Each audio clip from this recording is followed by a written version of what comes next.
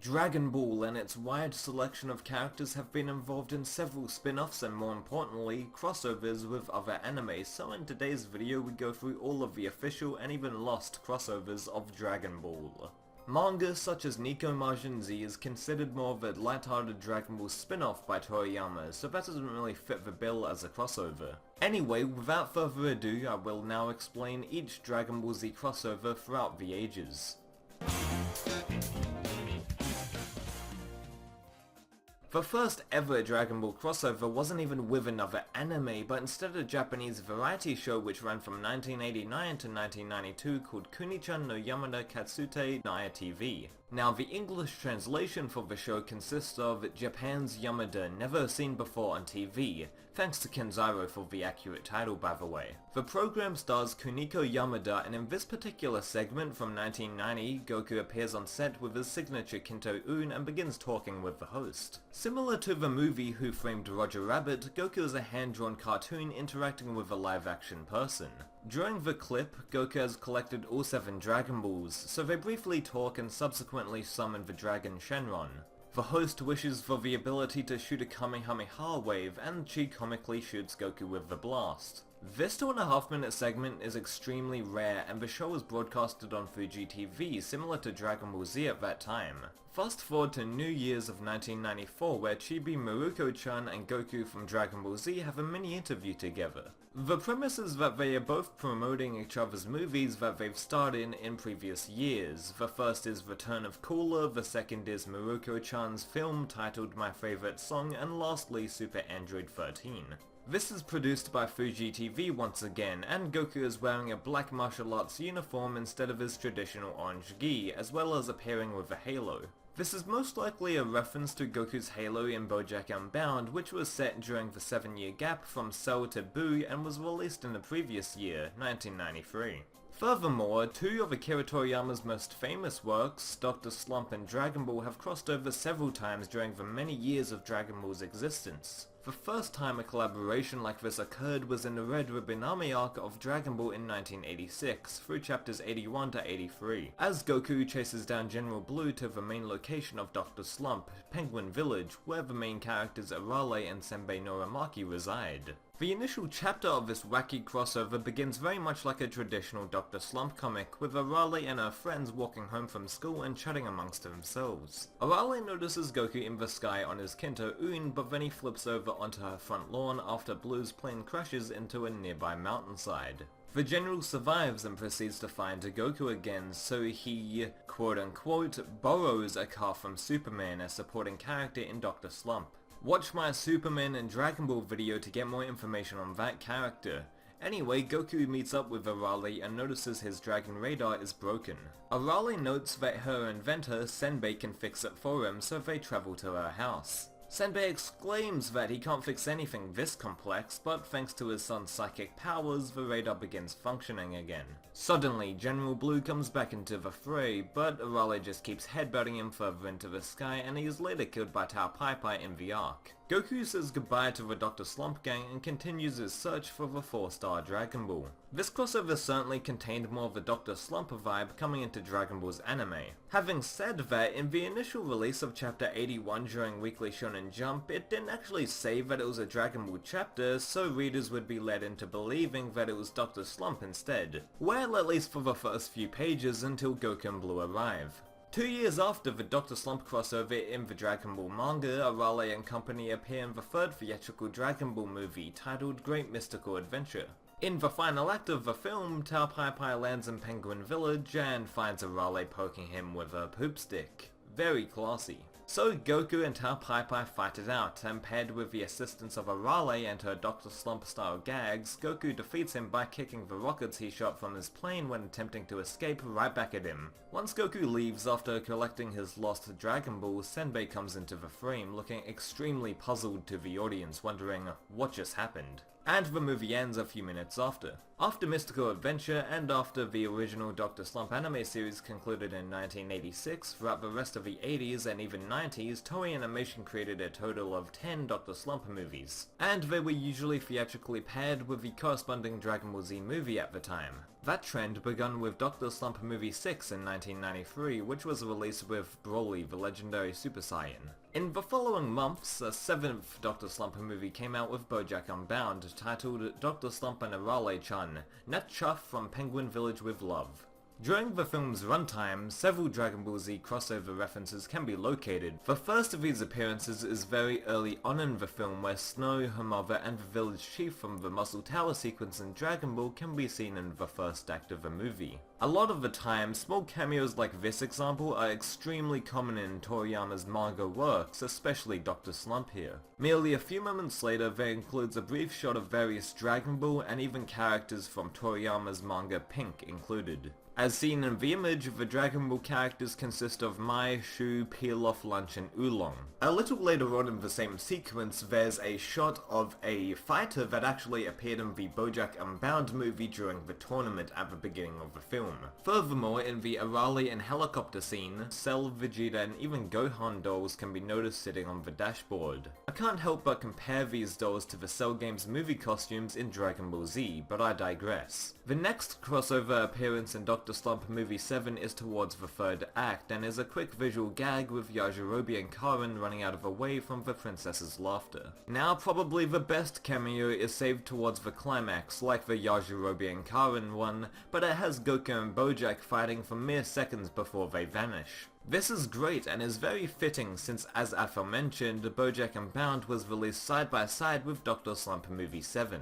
In the subsequent film, Dr. Slump Movie 8, this time called Ho Yo Yo followed the Rescue Shark, the gag character Suppaman transforms into a Super Saiyan. Yeah, I surprisingly enjoyed this a lot, as I find it to be an intriguing reflection of how particular Western Dragon Ball Z fans view Goku as a Superman clone, so this parody is well played on Toei's part. By the way, the Goku vs Superman debacle has been evident in crossovers throughout the ages, particularly in the 2000s, as the most prominent being Screw Attack's Death Battle and Wizard Magazine's 2002's East vs West article about the whole debate. The final reference to Dragon Ball in a Dr. Slump film comes in the form of Movie 9, where Shenron can be seen as a water fountain of sorts. You see, the joke here is that this is what Shenron does in his downtime when he's not focusing on that silly Dragon Ball show. Along with the Dr. Slump movies all through the 90s, there was concurrently a successor manga to the original 1984 Dr. Slump. It was written by Takao Koyama, famous for being the screenwriter for all 13 initial Dragon Ball Z films. The art was drawn by Katsuyoshi Nakasuru, and the story of this manga was approved by Toriyama himself. The manga was named Dr. Slump is Returning, for a little while, or just simply the brief return of Dr. Slump. And during chapter 11, there's a full-blown parody crossover of Dragon Ball inside.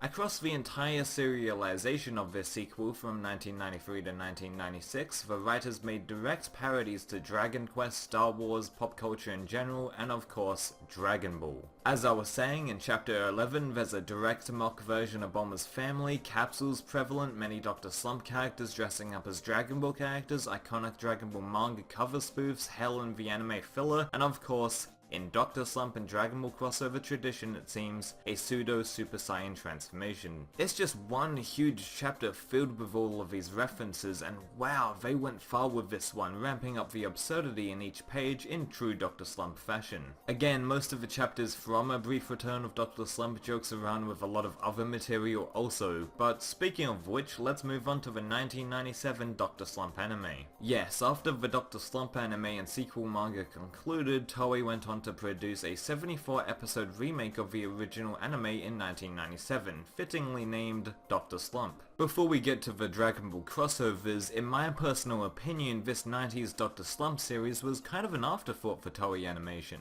as they were forced to put Dragon Ball GT on cancellation and needed something else to put on the air. Once Dr. Slump 97 concluded its run, One Piece started, and that became a smash hit in Japan. Anyway, that includes a lot of Dragon Ball crossovers over the course of this remake's run, probably because there wasn't any in the original Dr. Slump anime because they were stuck to the source source, the manga of Dr. Slump by Akira Toriyama. And as we know already, Dragon Ball wasn't written until 1984, after Dr. Slump's manga ended, so that's why. Arale dresses up as the Black Star Dragon Ball's version of Shenron from Dragon Ball GT during the episode, which is a massive throwback to her appearing as a raccoon in the chapter variant of the original manga. To the majority of the fanbase in Dragon Ball, one of the main issues with GT is the Black Star Bulls, therefore it's humorous to see the show make the dragon seem ridiculous when worn by Arale. 6 episodes later, there's a scene of Arale and her friend Akane fighting on a Dragon Ball Z video game, which in my opinion could be considered foreshadowing to where Arale fights like a Dragon Ball Z character in episode 28 of the remake. She even powers up and performs a beam struggle with another person during episode 28. Anyway, we've seen Dragon Ball references in Dr. Slump 97 so far, but in episodes 55 to 57 is where Goku and the Red Ribbon Army actually show up. These few episodes are kind of parallel with the Dr. Slump crossover in Dragon Ball's Red Ribbon arc, but with characters such as Murasaki added. Oh, and obviously the roles are reversed as well, with Arale as the leader and Goku being the outsider, both in and out of universe. So after Goku lands in Penguin Village, he accidentally looks at the moon and becomes a great ape, but Arale just swings him around and gets him out of it. The Red Ribbon Army are again looking for the Dragon Balls of course, and almost manage to get their wish even, but ultimately Arale and Goku triumph and defeat them. And this marks the final time for about 18 years that Slump and Dragon Ball would have an official Toei crossover. A long period did exist where no crossovers with these two franchises occurred, until 2016 when in Dragon Ball Super episode 43, Arale returns and meets Goku again. For about 2 seconds. All that happens is Goku accidentally teleports to Arale and notices that she is playing with a poop stick as per usual and teleports away. That little segment could be considered as foreshadowing to Dragon Ball Super episode 69 however, named Goku vs Arale, Earth Ends in a Wacky Battle. In this episode, Dr. Slump and Dragon Ball have an actual crossover again, with Bulma and the gang attending a science competition and Senbei Norimaki winning the award for his invention. This is quite interesting since it harkens back to the 1997 Dr. Slump series where Goku makes an appearance because Senbei uses the winning invention known as the reality machine to make the Dragon Ball manga come to life with Goku vs Kid Buu. Moving on, Senbei's arch-nemesis, named Dr. Morishito, comes back to the living world as a ghost and is able to control Arale. A comedic, non-serious battle against Goku and Arale goes down, while Vegeta is easily defeated by her. Vegeta breaks the fourth wall in true Dr. Slump fashion and mentions how she's a gag character, trying to excuse the fact that he got defeated by her. Arale isn't even the first gag character that Vegeta has encountered either. Since Toriyama and Kochikame creator Osamu Akimoto developed a 9-page crossover manga featuring Ryo-san, a blatant gag character from Kochikame. The collaboration was titled Kochikame X Dragon Ball. This is a police station in front of Dragon Park on planet Namek under the Cho Kochikame series. Yeah, that's a really long title. The manga's events are set in the Dragon Ball Namek arc when Frieza is waiting for the remaining Dragon Balls to be given to him, with Vegeta hiding behind a rock. Ryo-san is riding a bike and notices that Frieza's spaceship is illegally parked, noting that the traffic laws are way stricter than before. As soon as Ryo-san threatens to add a deterrent to Frieza's license, he acts accordingly by blasting a death beam at Ryo-san and creating an enormous explosion. Being a gag character comes with a few perks however, as Ryo-san doesn't die from Frieza's attack. And Ryo-san insults him, which leads Frieza to retaliate by, you guessed it, shooting another death beam at him. Ryo-san gets up once again to Frieza and Vegeta's surprise and immediately grabs a rocket launcher from nowhere, but he's a gag character, so what do you expect? Vegeta comes to this realization and continues to stay hidden behind the rock, while Frieza barrages Ryo-san with a flurry of energy attacks, causing an even bigger explosion. I believe you get the upcoming joke here. Ryo-san for the 3rd time strikes back at Frieza, but instead of threatening him with violence, Ryo-san bargains that he won't throw Frieza in jail as long as he brings him high-class sushi. In a fit of frustration, Frieza and his soldiers retreat back to the ship and fly away from planet Namek. Vegeta attempts to sneak past Ryo-san, I assume out of fear from getting a parking ticket from just standing there, but he is seen and questioned by Ryo-san instead. Before Vegeta mutters a sentence, Goku with the Capsule Corp spaceship begins to land down. Goku arrives on Namek at last, eager to know where this strong guy Frieza is, although he just gets berated by Ryo-san about parking. Vegeta closes the collaboration by thinking that there are some worlds one must not enter, and the manga ends. Not much to critically analyze on with this crossover, except that it's short and sweet. It doesn't overstay its welcome by stretching the gag out more than it needs to be. Let's move on. A plethora of small crossover appearances from Dragon Ball characters have existed ever since the end of the manga. One of these is from a series titled Karate Shokoshi Koenata Minoru. Serialized in 2000 to 2012, and on chapter 178, Vegeta makes a cameo.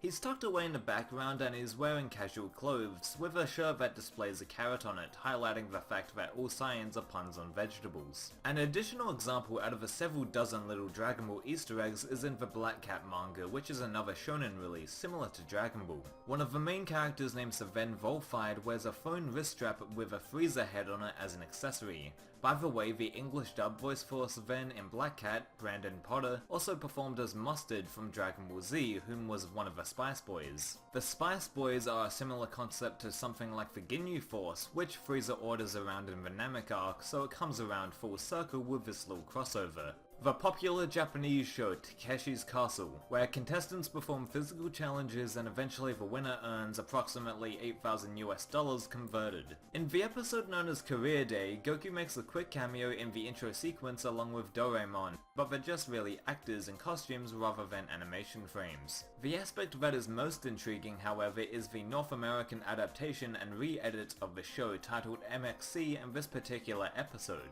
Before I comment on anything, I'll just let the American footage play.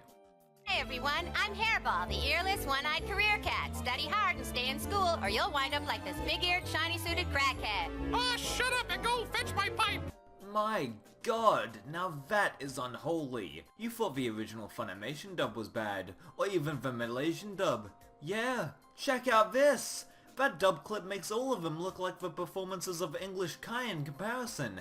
Just what the hell? Whew. Okay, I'm going to attempt to analyze this encounter with Goku and Doraemon. The opening line suggests that the cat is earless and has one eye scratched up so he can't see. Oh really, I'm so glad you pointed that out to me. Christ. But it gets even better with the cat noticing Goku to the left of him. He gives an insightful message about how you should stay in school and study a lot while mocking the gentleman right next to him, saying that he's a Chinese-suited crackhead.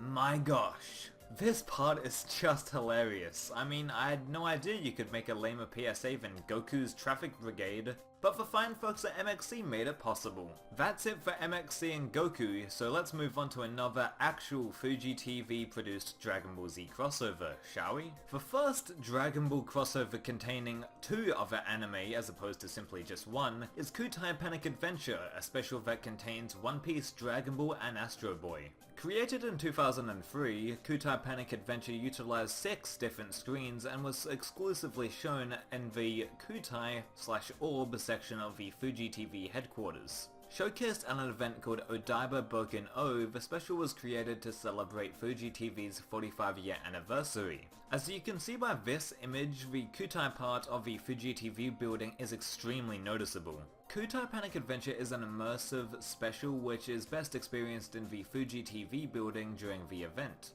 which doesn't translate too well in a home video release, so that's most likely the reason why a good quality version of the special doesn't exist. The backdrops are real live action shots of the Fuji TV network building with the anime characters drawn on and animated later. The special introduces Bulma, Oolong and Roshi flying to the Fuji television headquarters in a spaceship. Meanwhile, Frieza teleports to the building and prepares attack on the Kutai section, charging up his Ki Blast. Suddenly, Goku, Gohan and Krillin come to the rescue with Chala Headchala playing, but Frieza still fires at the orb. The orb begins to fall, so Goku and company lift it up from the air and attempt to move it to the building again. Although Frieza fires another shot at it, but Goku takes the hit instead. Him and Frieza square off, with Goku transforming into a Super Saiyan. Krillin and Gohan can't successfully latch on to the orb without Goku however, so it begins to sink in the ocean.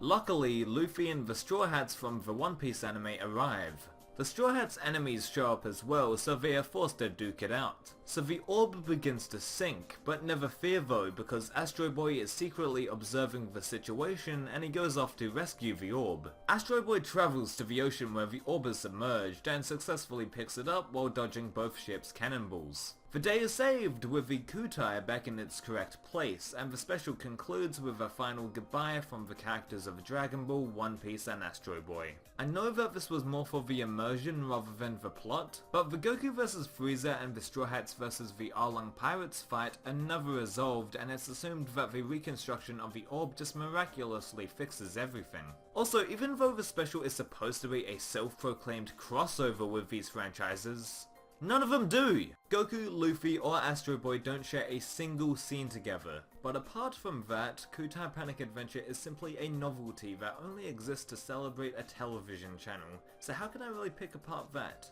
The sequel, known as Kutai Panic Adventure Returns, was released the following year at the 2004 Odaiba Bokuno event. Continuing with the multi-camera setup from the previous special, Goku and Luffy actually interact with each other now, which was missing from the first Kutai Panic Adventure. Instead of the Astro Boy appearance at the end, he's replaced by Ryo-san from the Kochikame manga and anime in the beginning.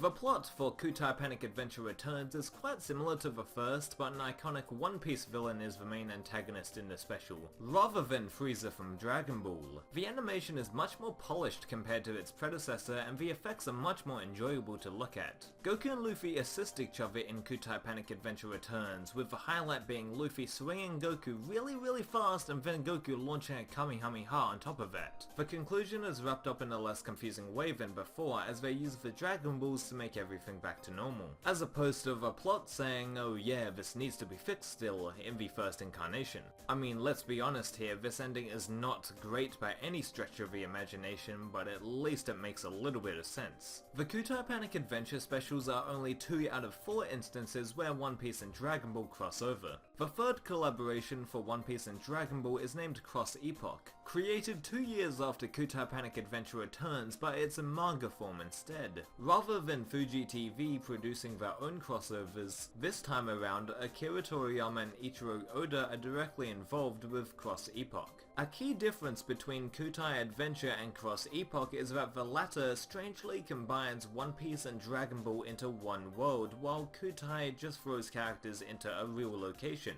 The plot begins with Mr. Satan becoming the king of the country due to Shenron, and then the dragon invites everybody to a tea party. Throughout the various pages of Cross Epoch, we get to see groups of characters from both franchises going to said party, including Krillin and Chopper or Goku and Luffy. This manga borrowed an element from Kutai Panic Adventure 2, where Goku lends Luffy the Kinto Un, which I really enjoyed to see in manga form. Also, can I just say, Vegeta with an eye patch and pirate suit is really badass. Even Pilaf gets a cameo with Buggy from One Piece with the Pilapagi villain union that they name after each other's names. Well, until Vegeta literally blows them out of the sky. Overall, Cross Epoch is a goofy, fun, and very nicely drawn one-shot, with tons of fan service and really humorous moments tucked in there. According to Toriyama, it's a collaboration, but Oda pretty much did everything, including the story setup, while Toriyama simply just drew his own characters. Moving on to Yoshiyo Sawai, the author of BoBoBo-Bo BoBoBo, I'm glad I got that name right, authoring a one-shot parody/crossover of Dragon Ball. It was released in Shonen Jump's Gag Special issue from 2005 in December of 2004. The art style looks humorous right off the bat, and it can't be any more different from Toriyama's style. The serious battle drawn by Yoshiyo Sawai starts. Oh, I bet. The manga opens with the iconic Goku vs Vegeta fight. Although the characters are drawn in a goofy manner, the two proceed to throw down until Goku unleashes the Super Saiyan transformation. In the first arc too? Yeah, that's essentially the joke subject of this manga, Goku continually skipping to the new stages in the Dragon Ball Z story. My favourite moment during this one-shot is when Goku exclaims, "Don't you dare talk about Krillin," like Vegeta knows what he's fucking talking about. Little clever scenes like that one make this Dragon Ball crossover worth reading, and at the end, Goku kills Vegeta using a Kamehameha, with assistance provided by himself from the Cell arc. Weird. In the final panels, Porunga of all people come out of the shadows and punches Goku, showing him the power of Planet Namek. The comedic manga and anime Yakitate Japan parodied Dragon Ball Z immensely in episode 55, titled Awaken Super Kuro Yanagi, and it includes a Goku vs Frieza fight parody. After having the Super Toru Aburi dish, Kuro Yanagi transforms into Super Kuro Yanagi and goes head to head with another character from Yakitate Japan, who is turned into a Frieza, literally. Oh, and the reason they're fighting is because of food, what else? Along with the aforementioned variety show featuring Son Goku, on March 25th, 2006, there was an episode of a Japanese game show known as IQ Supplement airing on Fuji TV that included Dragon Ball in one of their segments. Within the episode included the IQ Mirror Mistake 7 segment with new Dragon Ball animation of Goku vs Frieza with 7 key differences that the player and audience needs to spot. Instead of simply using old stock footage from the Dragon Ball Z Goku and Frieza fight from Planet Namek, the segment includes brand new redone animation, which is a great novelty. Although it's in low quality, of course. And as I'm not going to sit down and discuss IQ Mirror Mistake and Dragon Ball in the same breath again, I may as well spoil the mistakes. The first mistake is at 20 seconds, as Goku is missing both of his wristbands when staring down Frieza. Mistake number 2 arrives 34 seconds in when Goku transforms into a Super Saiyan after Krillin's death. His aura is less prominent compared to the correct version. The third mistake is at 42 seconds, and it's quite difficult to spot. It consists of Namek's landscape altering patterns when Goku and Frieza are exchanging fists. The fourth mistake is when Goku punches it's an identical clip and not mirrored correctly. Mistakes 5 and 6 deal with the same sort of issue. Since in Mistake 5, Frieza is holding a different colored Ki Blast, and in Mistake 6, Goku performs a Kamehameha like usual, but the IQ Supplement staff are comically behind him. The final mistake is that Goku's Go style kanji is altered. And that's all of the 7 changes made to the footage, similar to the 7 Dragon Balls in, well, Dragon Ball. The second to last crossover on this video is Dragon Ball Nippon Aijin Taisho, also known in English as the Japan Hero Awards. It's an animated short broadcasted in 2007 by Fuji TV. To preface though, please go check out World King Kanji's take on this special. Please check it out. It stars Masako Nozawa as Goku and Miyake Masaharu as the commentators. The premise is that a Tenkaichi Budokai is held with real Japanese historical figures competing, consisting of the warrior monk Saito Musashi Bobenki, Himiko, a female Japanese ruler, Shotoku Taishi, whom is another ruler, and finally Amakusa Shiro, the leader of the Shimabara Rebellion. Goku and Masaharu's running commentary is interlaced throughout the fights, and I personally believe it deserves a watch, as the fights are very entertaining. Of course, in closing, there is Goku promoting the Region 2 Dragon Ball DVD sets included a little bit after the halfway point of the video. And finally, the feature presentation. The most known collaboration with Dragon Ball involved is the 2013 Fuji television event, titled Dream 9, Toriko and One Piece and Dragon Ball Z, Super Collaboration Special. This event was split into 2 parts, and the reason why it's called Dream 9 is because of its station, Fuji TV, as it includes a programming block that starts at 9 and features shows such as Dragon Ball, One Piece, and of course Toriko. The block was formerly nicknamed Dream 9 during the collaboration's airing, so that's why it's called the Dream 9 Special. The current name for the block is simply Strong 9 instead. Part 1 of this special is titled Run Strongest Team, Toriko, Luffy and Goku, and consists of the International Gourmet Organization in association with the Tenkeichi Budokai holding a Tastiest Under the Heavens tournament. The prize for the victor is delicious sizzled cattle, but due to most of the contestants ending up being captured by a monstrous doodlebug that erupted out of the sand, the only remaining competitors include characters from One Piece, Toriko and Dragon Ball, obviously. The tournament consists of a race to the prize, and when there's a tie, the finish line becomes a Tenkeichi Budokai arena where the tied competitors fight. If the character is knocked out of the ring, they lose. Basic tournament rules. The reason why the whole tournament is based on food is due to Toriko being all about food essentially, and that fits right in with Goku and Luffy's personality traits. Before I continue with the plot, I must note that the music within this special is amazing and provides action-oriented and a cheerful tone. The music was composed by Narito Sumitomo, who I think needs no introduction here, Hiromi Mitsutani from Toriko, and Kohei Tanaka and Shiro Hamaguchi from One Piece. Moving on, the story picks up with a fork in the road. Get it? Fork? Toriko, food, fork. Anyway, the three main protagonists choose the rocky mountain in which they have to climb up from. While Goku, Toriko and Luffy are scaling the mountain though, we see other crossover members have screen time. With Roshi being a pervert at the female characters, Gohan and Sanji encountering a monster in the forest, with Sanji cooking a meal to quote-unquote win the fight instead of just Gohan's method of just, beating it up, and more. The climax of part 1 is when Luffy, Goku and Toriko manage to reach the goal at the same time, so they all have to fight each other. Although Mr. Satan accidentally falls into the newly designed Tenkeichi Budokai stage, so he has to participate too. All three characters' primary attacks are showcased, with Goku clearly having the upper hand. But it ends with all of them being knocked out of a ring, with Mr. Satan victorious. Mr. Satan shares the cattle with everyone because even though he does lie to claim his fame, he is very charitable and has a good heart at the end of the day. By the way, King Kai or Kaio-sama appears during one instance of this special, and warns Goku about an energy that is tremendously strong as it is evil emerging on planet Earth, and Goku goes and teleports to it.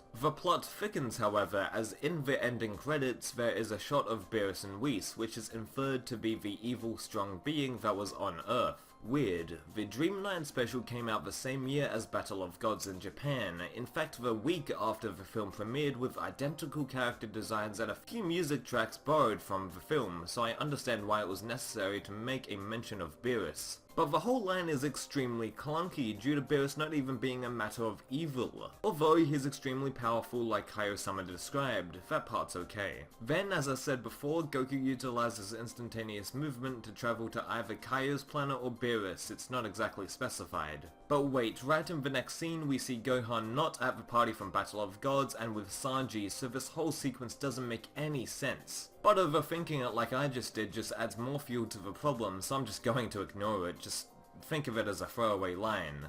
My gosh, let's just move on to the second phase of this special, shall we? Part 2 kicks off with a mysterious creature emerging from the ocean depths, and Toriko, Goku, Luffy and company enjoying the cattle that Mr. Satan has shared. Like, Toriko, Luffy and Goku really get into this thing, claiming it's delicious, lovely and mouth-watering.